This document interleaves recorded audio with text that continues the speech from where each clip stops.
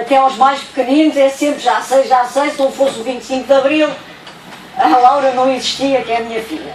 Depois, em geral, quero também agradecer-vos como cidadã, como magistrada, por terem esta força num 25 de Abril pós 40 anos, que é de luta e de luto, e por este grupo aqui representar a parte da luta, a parte da não resignação, a parte de querer ainda acreditar no futuro, a parte que traz a bandeira da rua e não a deixa cair.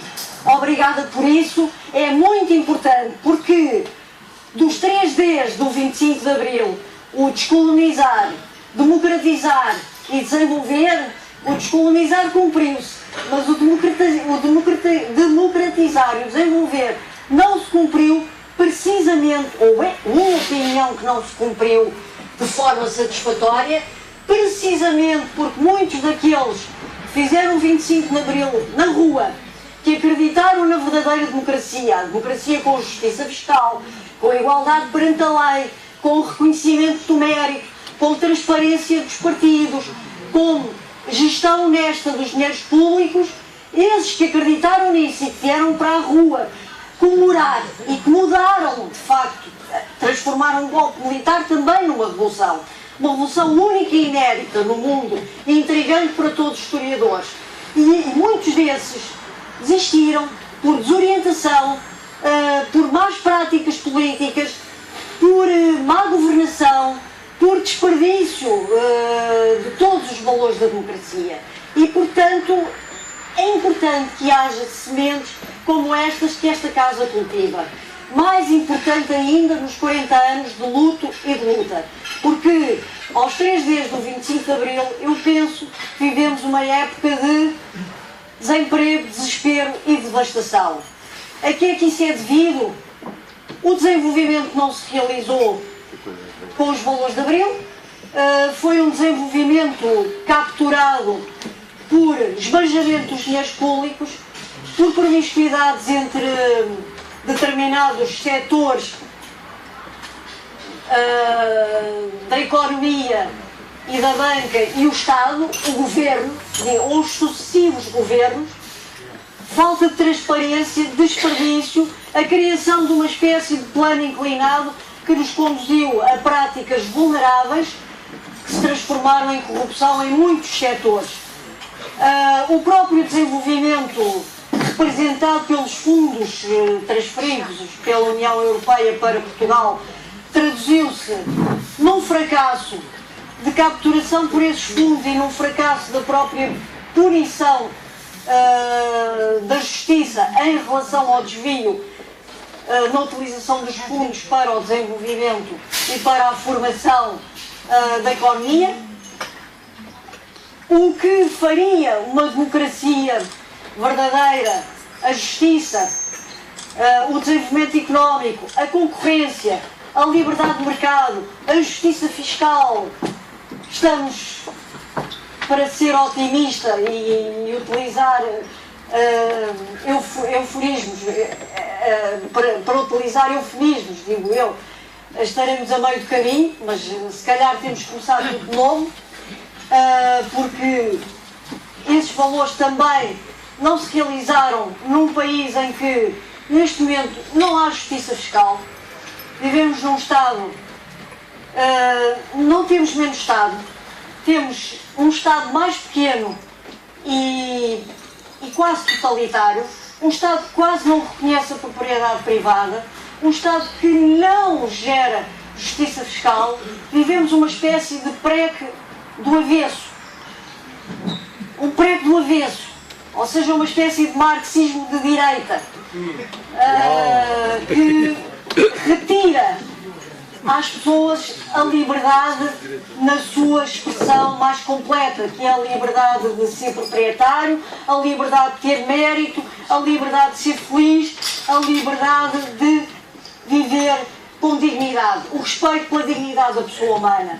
Tenho vergonha, e isso não tem nenhuma solução, de viver hoje num país em que 1/4 da população vive em situação de pobreza extrema.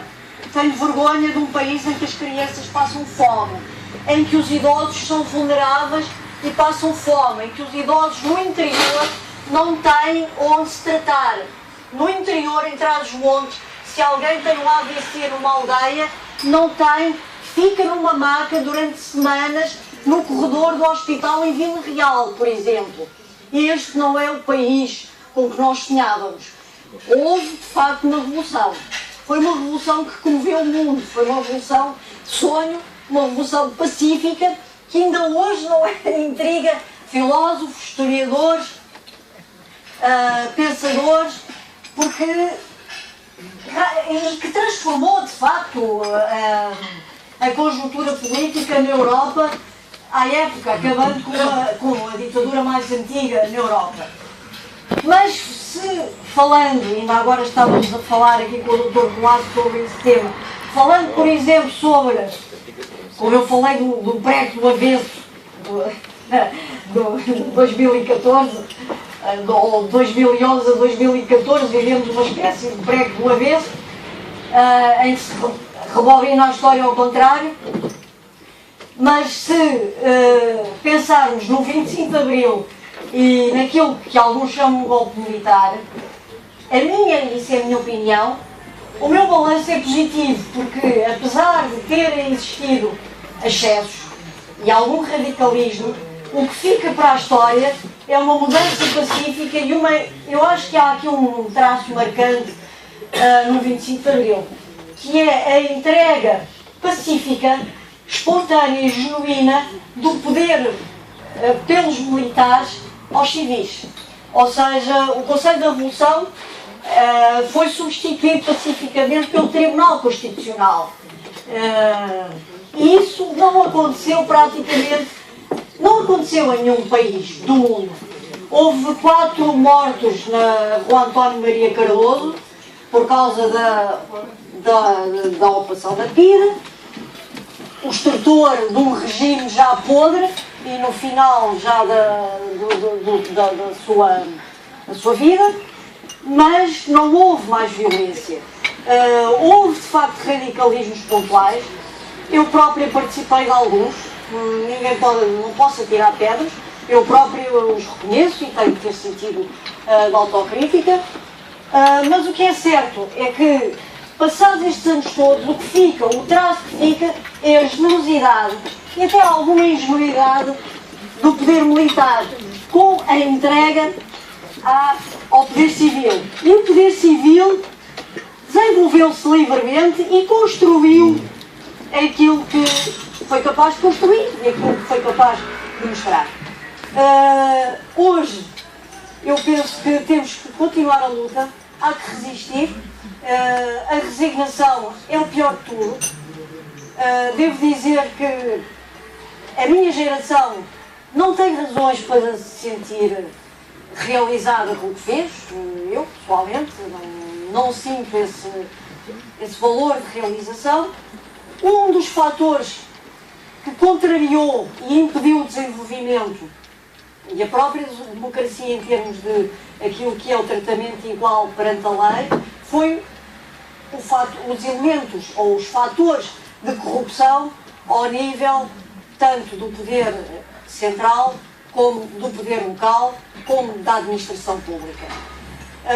Os tribunais não estiveram, até à data, embora estejamos melhor hoje do que há 10 anos, mas não estiveram à altura de combater todos esses fatores de corrupção na parte que lhes era pedida, mas a corrupção tem atores, a agenda anticorrupção tem 4 atores fundamentais, que são a justiça, a sociedade civil, a comunicação social e a prevenção que seja possível fazer